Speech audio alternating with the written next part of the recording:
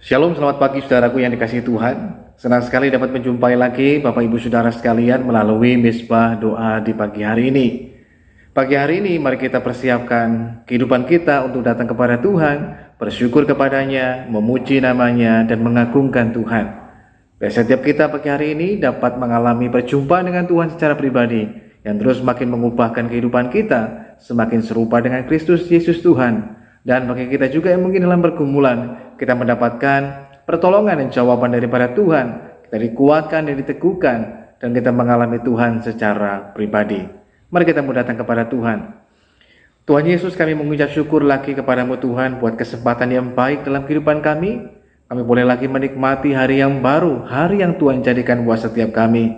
Oleh karenanya pagi hari ini Tuhan, kami persiapkan hati dan hidup kami untuk kami datang kepadamu Tuhan, memuji dan menyembahmu. Dan kiranya Roh-Mu yang kudus terus menuntun dan menolong kami Tuhan, sehingga kami dapat menjadi penyembah-penyembah yang benar, yang menyembah-Mu di dalam roh dan kebenaran. Dalam nama Tuhan Yesus kami berdoa dan mengucap syukur. Haleluya. Mari kita tinggikan nama Tuhan. Mari kita bersyukur kepadanya. Ku bersyukur padamu Tuhan atas kasih-Mu dan bermazmur bagi nama-Mu yang kudus.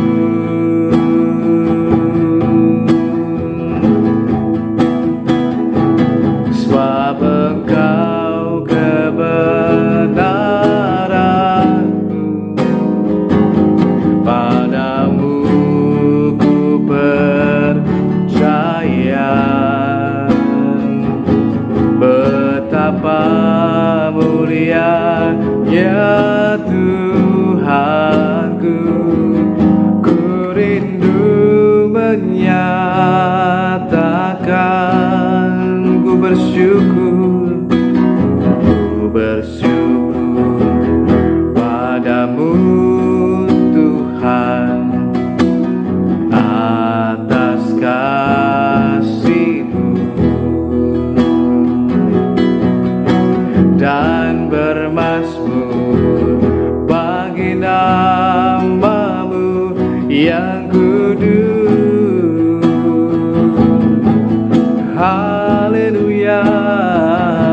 Sebab Engkau kebenaran-Ku, padamu ku percaya.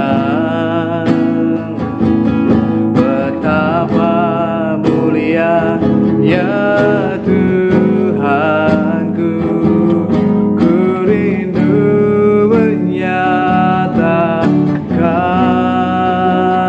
tinggikan diri-Mu mengatasi langit. Kebesaran-Mu Tuhan mengatasi bumi. Oh, tinggikan diri-Mu mengatasi langit. Kemuliaan-Mu Tuhan mengatasi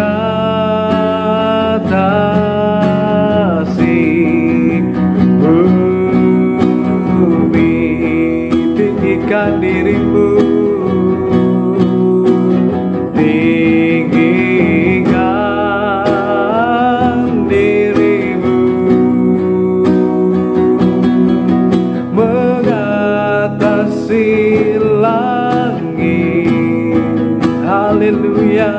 Kebesaran-Mu Tuhan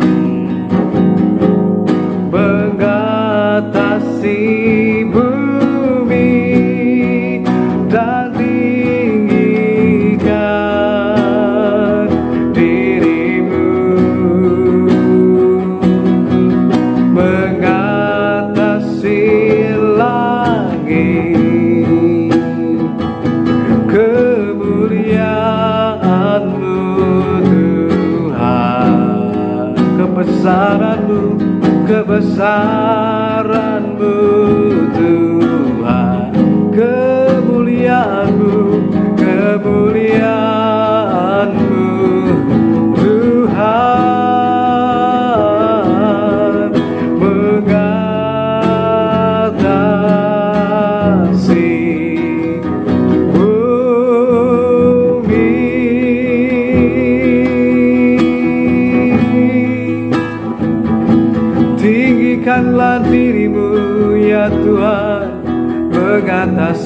langit, mengatasi seluruh bumi.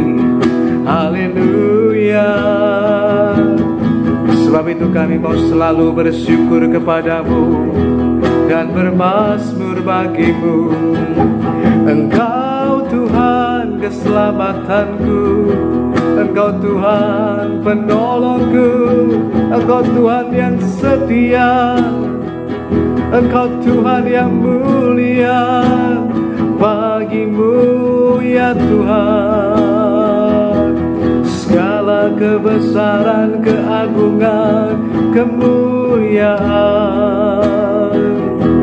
Sungguh kami bersyukur, memuji namamu, menyembahmu Tuhan. Haleluya. Ku bersyukur, memuji namamu, sebab Engkau sungguh baik, sebab Engkau Tuhan sungguh baik. Kasih setiamu Tuhan tak pernah berkesudahan. Sungguh kami bersyukur. Terima kasih Tuhan. Haleluya.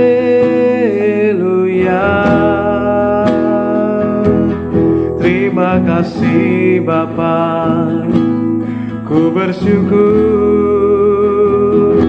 memujimu. Haleluya. Terima kasih Tuhan. Haleluya.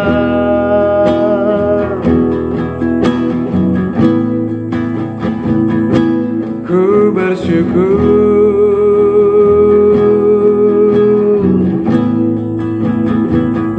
ku percaya janjimu ajaib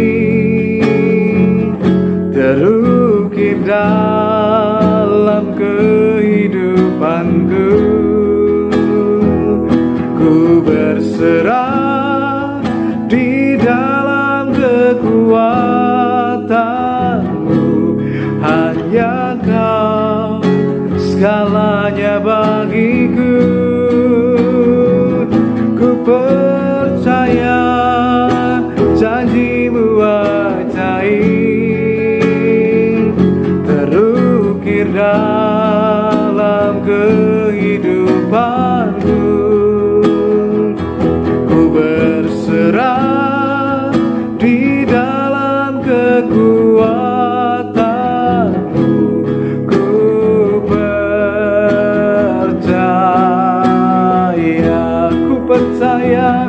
Ku percaya janjimu ajaib terukir dalam kehidupanku.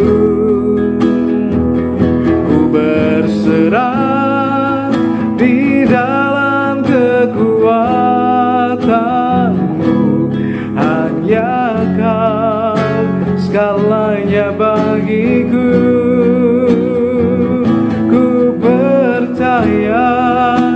Janjimu ajaib terukir dalam kehidupanku. Ku berserah di dalam kekuatanmu. Ku percaya,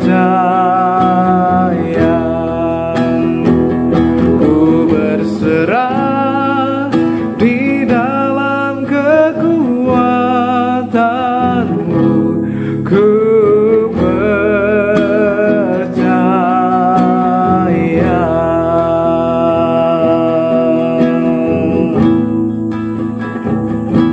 Terima kasih Tuhan Yesus, sebab kami percaya firman-Mu, janji-Mu ajaib dalam kehidupan kami Tuhan. sebab janji-Mu ya dan amin.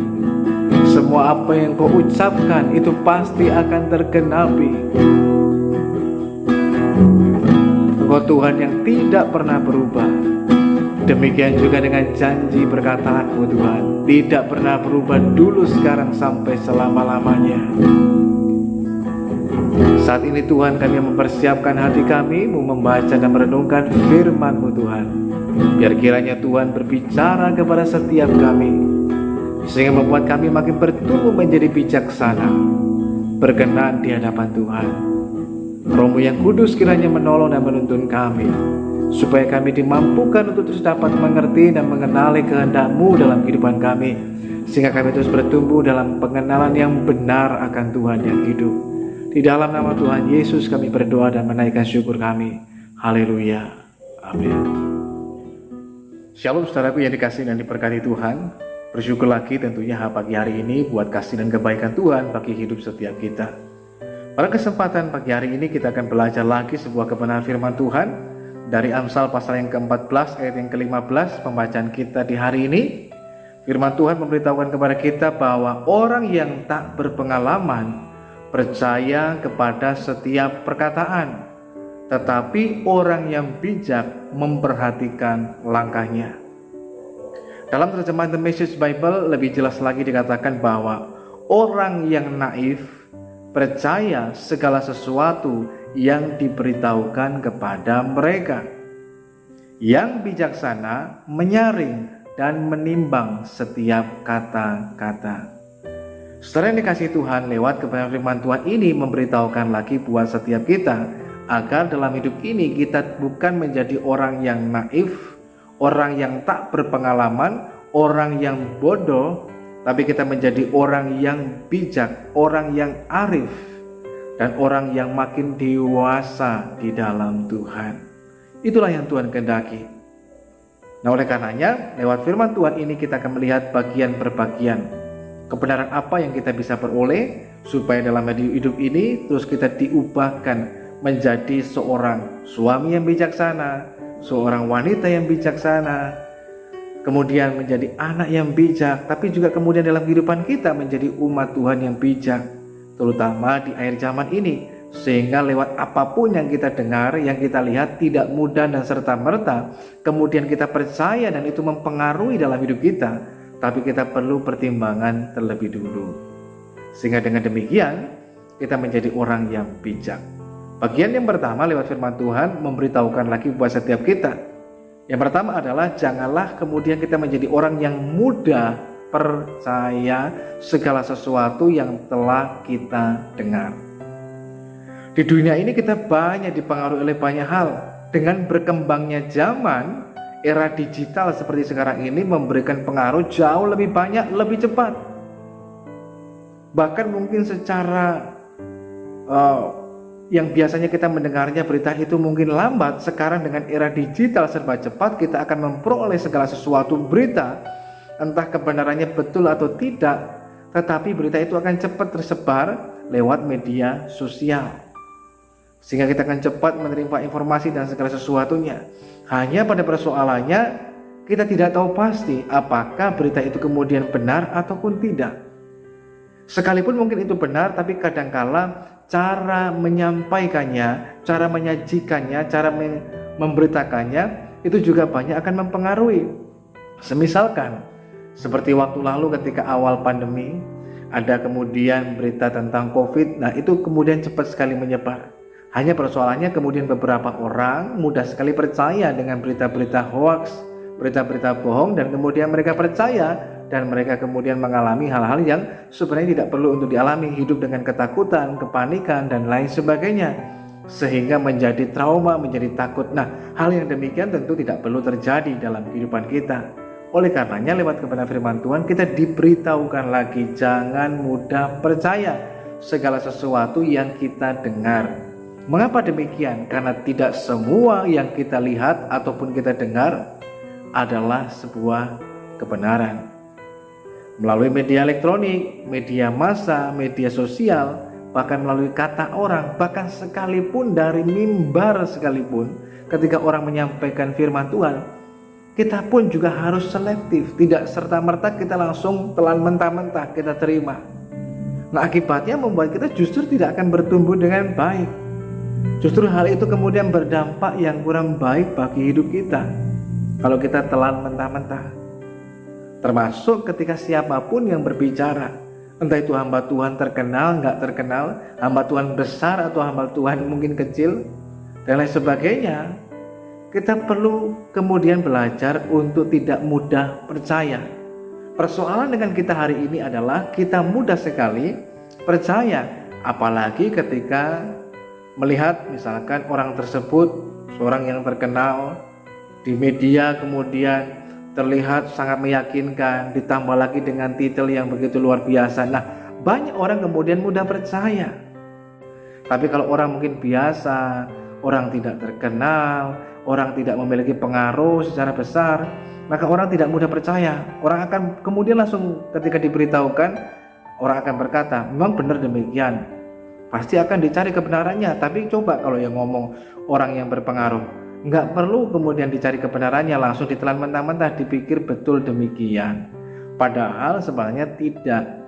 Nah, itu sebabnya banyak kemudian orang-orang menggunakan hal ini, celah ini sebagai sebuah kesempatan bagi mereka untuk mencari keuntungan, sehingga menipu orang, kemudian menyesatkan orang dan lain sebagainya.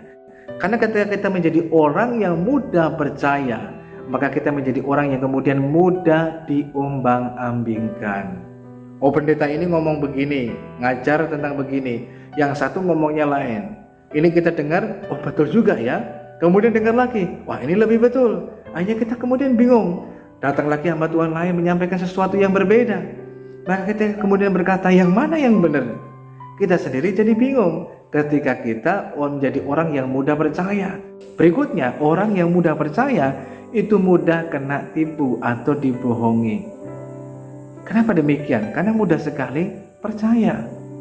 Oh, ada orang yang meyakinkan seperti ini, dia percaya. Ternyata ujungnya penipuan, ujungnya dibohongi, ujungnya di PHP-in oleh orang. Kenapa? Mudah percaya. Orang yang mudah percaya juga mudah bereaksi. Kalau istilah orang mengatakan telinganya tipis, sehingga sedikit lagi mudah terpancing emosinya. Ada orang ngomong, si A loh ngomongin kamu begini-begini, kita nggak cross check dulu, langsung kita marah-marah bereaksi kepada orang tersebut. Padahal setelah dipertemukan, orang itu mengatakan itu tidak benar, itu hanya berita hoax, itu hanya fitnah, itu hanya gosip. Padahal kita sudah terlanjur marah. Nah, orang yang mudah percaya segala sesuatu yang didengarnya, orang itu juga adalah orang yang mudah bereaksi karena telinganya tipis, hatinya kecil, sehingga mudah sekali bereaksi terhadap segala sesuatunya. Orang mudah percaya, mudah bereaksi. Orang yang mudah percaya juga segala sesuatu yang telah didengarnya mudah untuk disesatkan. Sehingga ada orang yang mengajarkan, menunjukkan jalan yang keliru, dia ikuti. Orang ngomong, begini jalannya, kita ikuti. Oh, ke sana jalannya, kita ikuti. Padahal itu menuju sebuah kesesatan atau bahkan menuju sebuah kegagalan, kejatuhan, dosa, ataupun bahkan kebinasaan. Karena apa? Kita mudah percaya sehingga mudah sekali untuk disesatkan. Iblis menggunakan banyak cara. Dia seperti menyamar sebagai malaikat terang. Dia bisa menyamar sebagai serigala yang berbulu domba. Kita juga mesti hati-hati, mungkin pengajaran itu disisipi dengan kepentingan-kepentingan tertentu. Mungkin pengajaran itu juga disisipi dengan agenda-agenda tertentu. Nah, oleh karenanya jangan mudah kemudian cepat-cepat percaya. Ada orang ngomong begini begitu, atau mungkin dia punya pengalaman dengan Tuhan secara pribadi dan sebagainya. Pengalaman pribadi adalah hal pribadi orang tersebut dengan Tuhan, tetapi itu tidak bisa kemudian dijadikan sebuah doktrin ataupun sebuah pengajaran. Nah, ini yang mesti kita perhatikan. Jangan kita mengikuti fenomenanya atau sesuatu yang diberitakan seperti itu, tapi coba jangan mudah untuk percaya. Supaya apa? Supaya kita tidak mudah disesatkan. Yang berikutnya, orang yang mudah percaya mudah terluka. Coba saudara perhatikan, orang-orang yang mudah percaya janji orang lain. Ketika yang dijanjikan tidak sesuai kenyataan, apa yang terjadi? Kekecewaan. Nah, orang kecewa terluka. Kenapa terjadi? Mudah percaya. Orang mudah percaya, tergiur dengan sesuatu yang instan. Ketika ada orang yang menawarkan investasi kecil, keuntungannya gede. Nah, itu sesuatu yang nggak masuk di akal. Tanpa proses, tanpa melewati hal-hal yang harusnya dilewati secara alami, tapi inginnya secara instan, cepat, kita tergiur dengan keuntungan yang berlipat kali ganda. Nah, hal inilah yang kemudian membuat kita mudah terluka. Mudah percaya, orang biasanya mudah terluka. Sebab itu jangan mudah percaya segala sesuatu yang kita dengar. Bagaimana caranya supaya kita tidak mudah percaya? Kita mesti ngerti dulu, orang mudah percaya biasanya kenapa? Kurang pengalaman. Pengalaman menjadikan kepada kita seperti guru yang baik. Lewat pengalaman itu mengajarkan kepada kita. Nah, pengalaman dari mana? Kita mungkin bisa berkata, saya kan masih muda, belum banyak pengalaman. Bersyukurlah lewat firman Tuhan. Ada banyak firman Tuhan menyampaikan segala sesuatunya. Alkitab tidak hanya menuliskan tentang hanya orang-orang yang sukses saja, tapi bagaimana ada orang yang jatuh, orang yang mengalami kesalahan, ada yang mati dalam kesalahan dan lain sebagainya. Nah, firman Tuhan menceritakan segala sesuatu dengan jujur apa adanya. Tujuannya apa? Supaya kita juga belajar dari peristiwa-peristiwa itu dan kita menjadi orang yang bijaksana. Jadi nggak ada alasan lagi kita berkata, saya kan masih muda, belum punya pengalaman. Itu sebabnya kita mesti rajin baca firman Tuhan. Dari situ kita belajar juga pengalamannya Daud. Oh, pengalamannya Saul. Bagaimana supaya kita nggak gagal? Atau pengalamannya Petrus, sekalipun mungkin kita jatuh, kita bisa bangkit lagi dan memulai sesuatu yang baik lagi. Nah, lewat hal yang demikianlah itu memberikan sebuah pengalaman, sehingga bagi kita kemudian menjadi orang yang punya pengalaman. Dengan pengalaman lewat kebenaran firman Tuhan ini memberitahukan kepada kita, sehingga kita jadi orang yang gak mudah percaya. Kenapa orang mudah percaya? Karena gak punya pengalaman. Sehingga orang nipu begini ya dia ikuti karena dia gak tahu. Nah, orang kenapa mudah percaya? Karena dia bodoh. Karena kebodohannya, bodoh bukan berarti karena dia tidak memiliki titel dan lain sebagainya, bukan, tapi karena tidak mau belajar. Seorang yang mau belajar, dia akan menjadi tahu, terus belajar akan menjadi cakap. Oleh karenanya sebenarnya nggak ada orang bodoh, orang malas banyak. Nah, karena malas untuk belajar jadi bodoh. Nah, oleh karenanya orang yang bodoh mudah sekali untuk percaya segala sesuatu, karena dia nggak ngerti. Orang mau bodoh-bodohi begini pun dia oke. Orang bodoh-bodohi begini pun dia terima. Mengapa? Karena bodoh, nggak tahu dan nggak mau tahu dan nggak mau belajar. Itu menyebabkan hidupnya mudah untuk percaya segala sesuatu.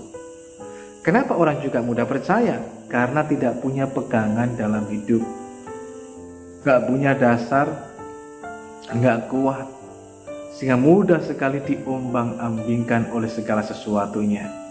Tapi kalau kita terikat pada sesuatu yang kuat, akan membuat kita menjadi solid, tidak tergoyahkan, tidak tergoncangkan.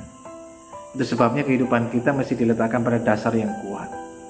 Mengapa orang mudah percaya segala sesuatu? Karena dangkal. Tapi mari kita belajar untuk memiliki sesuatu yang lebih dalam lagi, pengenalan yang benar akan Tuhan. Kita akan masuk pada bagian yang kedua. Kalau pertama ada orang yang mudah percaya adalah orang yang bodoh, orang yang tak berpengalaman, orang yang naif. Tapi kita belajar yang kedua, dan inilah yang Tuhan kehendaki dalam hidup kita. Kita mesti jadi orang yang bijaksana. Orang yang bijak itu artinya orangnya tidak mudah percaya, tetapi kemudian belajar untuk mau menyaring segala sesuatu. Firman Tuhan dalam Message Bible dikatakan yang bijaksana itu mau menyaring, menimbang setiap kata-kata, baik kata-kata yang didengar ataupun mungkin yang akan disampaikan. Itu semuanya mesti disaring dulu baru di-sharingkan. Jadi kalau orang yang bijak disaring dulu baru dia sharingkan. Dia menyaring dulu, dia menimbang dulu. Nah, kalau sudah kelewat proses ini baru dia bisa terima. Segala sesuatu yang masuk dia punya saringannya. Itu sebabnya kenapa hidupnya tetap jernih, tetap baik dan tidak kotor. Di rumah kami ada kolam ikan, tidak terlalu besar, tetapi di kolam itu kami menyediakan juga ada filter atau penyaring air. Filter tersebut gunanya adalah untuk menjaga sirkulasi air di kolam itu, agar air di kolam tetap jernih. Karena tidak dapat dipungkiri ketika ikan tinggal di kolam pasti ada kotorannya dan lain sebagainya. Tetapi dengan adanya filter di kolam ikan itu membuat kolam ikan kami tetap jernih. Demikian pula dalam hidup kita. Nah, dalam hidup kita mesti punya saringannya, filternya, yang membuat kita dapat menyaring dan menimbang segala sesuatu yang kita dengar. Itu membuat hati hidup kita tetap bersih. Kita memang tidak bisa melarang segala sesuatu yang kita lihat dan kita dengar. Kita nggak bisa membatasi input yang masuk dalam kehidupan kita lewat yang kita lihat, lewat yang kita dengar. Nggak mungkin kan dalam kehidupan kita tutup telinga terus. Kita akan membuka telinga dan kita bisa mendengar banyak hal yang kita masuk dalam telinga kita. Tetapi kalau kita punya filter yang baik, tidak semua hal yang busuk, yang kotor, yang tidak baik itu bisa masuk dan mengganggu, merusak hidup kita, menyesatkan kita, melukai kita dan lain sebagainya. Tapi memastikan hal yang benar dan berkenan kepada Tuhan yang tersimpan dalam hidup kita. Itu sebabnya kita perlu menyaring dan menimbangnya. Saringannya apa? Firman Tuhan. Jadikan firman Tuhan menjadi filter utama dalam hidup kita. Sehingga segala sesuatu yang kita dengar cross-checkkan dulu dengan fakta kebenaran yang ada dan kemudian juga dengan firman Tuhan. Ini yang menjadi sebuah standar ukuran pegangan dalam hidup kita, sehingga kita nggak mudah disesatkan, nggak mudah ditipu, dibohongi, dan mudah bereaksi dan lain sebagainya. Kalaupun kita dengar sesuatu, orang mengatakan sekalipun memang benar, orang itu membicarakan ataupun memfitnah kita, menjelek-jelekkan kita, menghina kita dan sebagainya. Kalau kita punya filter yang baik, kita nggak mudah terluka, tidak mengizinkan perkataan yang kita dengar langsung masuk dan kemudian mempengaruhi dalam hidup kita. Perkataan itu langsung masuk dan mempengaruhi dalam hidup kita, sehingga hati kita menjadi kecewa, menjadi terluka, menjadi sakit hati. Tapi kalau kita punya filter kita akan mengatakan, oh terima kasih, lewat hidup mereka Tuhan sedang memakai mereka untuk memproses dan membentuk kita sehingga punya karakter kualitas yang baik, jadi orang yang sabar, punya buah roh kasih dan lain sebagainya. Nah, itu bisa terjadi kalau kita punya filter, nggak mudah bereaksi, nggak mudah marah, dan lain sebagainya. Kalau kita punya filter saringan, itulah yang akan menjaga hati hidup kita tetap bersih dan berkenan kepada Tuhan. Dan itu yang perlu kita lakukan. Ketika kita punya filter yang akan menyaring dan menimbang setiap kata-kata. Yang kedua, yang dalam kehidupan kita supaya menjadi bijak juga, kita mesti punya dua kantong yang berbeda dalam hidup ini. Dalam kehidupan kita mesti punya dua kantong yang berbeda. Ada kantong yang tertutup bagian bawahnya, tapi ada kantong lagi yang berlubang bawahnya. Tujuannya apa? Supaya ketika kita mendengar sesuatu yang baik, yang benar dan berkenan kepada Tuhan, kita simpan di kantong yang tidak berlubang. Tapi ketika kita mendengar sesuatu hal yang kotor, yang melukai, yang menyakiti, dan mungkin yang membuat takut atau mengintimidasi dan lain sebagainya, mari kita taruh di kantong yang berlubang. Maka yang terjadi ketika kita mengevaluasi hidup kita lagi, kita membuka kantong yang tidak berlubang, kita mendapati ada berkat-berkat Tuhan, kasih anugerah Tuhan yang kita baca dan kita lihat luar biasa. Tapi di kantong yang kosong kita buka tetap kosong, tidak lagi menyisakan hal-hal yang kotor. Demikian pula dalam kehidupan kita perlu segera membuang. Kalau mungkin kita menerima ada kata-kata atau hal yang kita dengar yang gak baik, cepat-cepat kita singkirkan. Jangan kita simpan dalam hati, rugi sendiri. Oleh karenanya, mari belajar kita menyaring dan menimbangnya setiap kata-kata, baik yang kita dengar, tapi pun yang akan kita ucapkan, supaya dalam hidup ini kita betul-betul menjadi orang yang bijak, dan itu akan menentukan tindakan hidup kita, langkah hidup kita. Itu banyak ditentukan oleh pemikiran yang bijaksana. Orang yang bijak tidak mudah gegabah mengambil tindakan, tapi orang yang bodoh, yang naif akan cepat bertindak dan akhirnya tersesat ataupun jatuh dalam lubang dan mengalami sebuah kekeliruan. Tapi orang yang bijak tidak mudah melangkah untuk bertindak, tapi harus dengan dasar menyaring dan menimbang setiap kata-kata. Dengan demikian kita punya hidup yang sungguh-sungguh bijaksana, melangkah bertindak dengan bijak. Kita dijauhkan dari masalah yang tidak perlu untuk kita alami, tapi memiliki sebuah kehidupan yang memuliakan nama Tuhan dan makin bertumbuh di dalam Tuhan Yesus. Mari kita berdoa pada Tuhan. Bapa, kami mengucap syukur lagi kepadamu Tuhan, kasih-Mu, anugerah-Mu luar biasa dalam hidup ini. Kami telah mendengarkan firman-Mu, mengajarkan kepada kami untuk tidak menjadi orang yang naif, yang mudah percaya segala sesuatu, tapi menjadi orang yang bijaksana, yang harus menyaring dan menimbang setiap kata-kata yang kami dengar, terutama lewat saringan filter, yaitu kebenaran firman Tuhan, yang membuat kami tetap memiliki hati dan pikiran yang bersih di hadapan Tuhan, sehingga tidak dicemari dengan hal-hal yang dapat menyesatkan, melukai dalam kehidupan kami, tetapi memiliki hati dan pikiran yang bersih, yang benar di hadapan Tuhan, makin bertumbuh dalam pengenalan yang benar akan Tuhan. Memberkati kami semua yang boleh mengikuti doa ini, kiranya berkat anugerah Tuhan boleh ada atas kehidupan setiap kita. Bahkan kalau sebentar selesai doa ini kami akan kembali melanjutkan aktivitas kehidupan kami. Tuhan kiranya berkenan menyertai dan melindungi kami semuanya, sehingga kami boleh mengalami berkat anugerah Tuhan, baik kami yang bekerja, berusaha, melakukan aktivitas kehidupan kami, ataupun studi pendidikan kami dan lain sebagainya. Berkat anugerah-Mu menyertai kami. Saudara yang dikasihi Tuhan, kiranya saat ini kita boleh menerima berkat damai sejahtera dari Allah Bapa, kasih karunia dari Yesus Kristus Tuhan, persekutuan pertolongan Roh Kudus akan terus menolong dan menyertai setiap kita. Tuhan memberkati engkau dan melindungi engkau. Tuhan menyinari engkau dengan wajah-Nya dan memberikan engkau kasih karunia. Tuhan menghadapkan wajah-Nya kepadamu dan memberikan engkau damai sejahtera-Nya. Terimalah berkat Tuhan hanya dalam nama Tuhan Yesus Kristus, Tuhan dan Juru Selamat kita yang hidup. Haleluya. Amin. Selamat pagi, selamat beraktivitas. Tuhan Yesus memberkati kita semuanya.